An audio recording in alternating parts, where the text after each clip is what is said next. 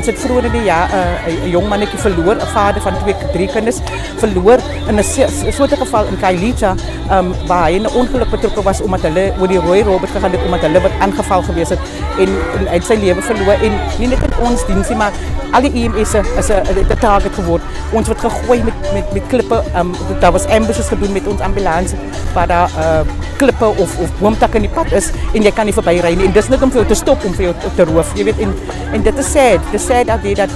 ons wat ons vra, gee vir ons help, word nie eintlik geluister nie. Polisie help ons, hulle gaan net in tot in die area, maar as hulle by die area kom en jy nou reeds daar staan hulle af en nou het hulle nog 'n gevalletjie want die polisie het hulle eie werk. Dis nie hulle werk eintlik om security te speel vir die ambulansdiens nie.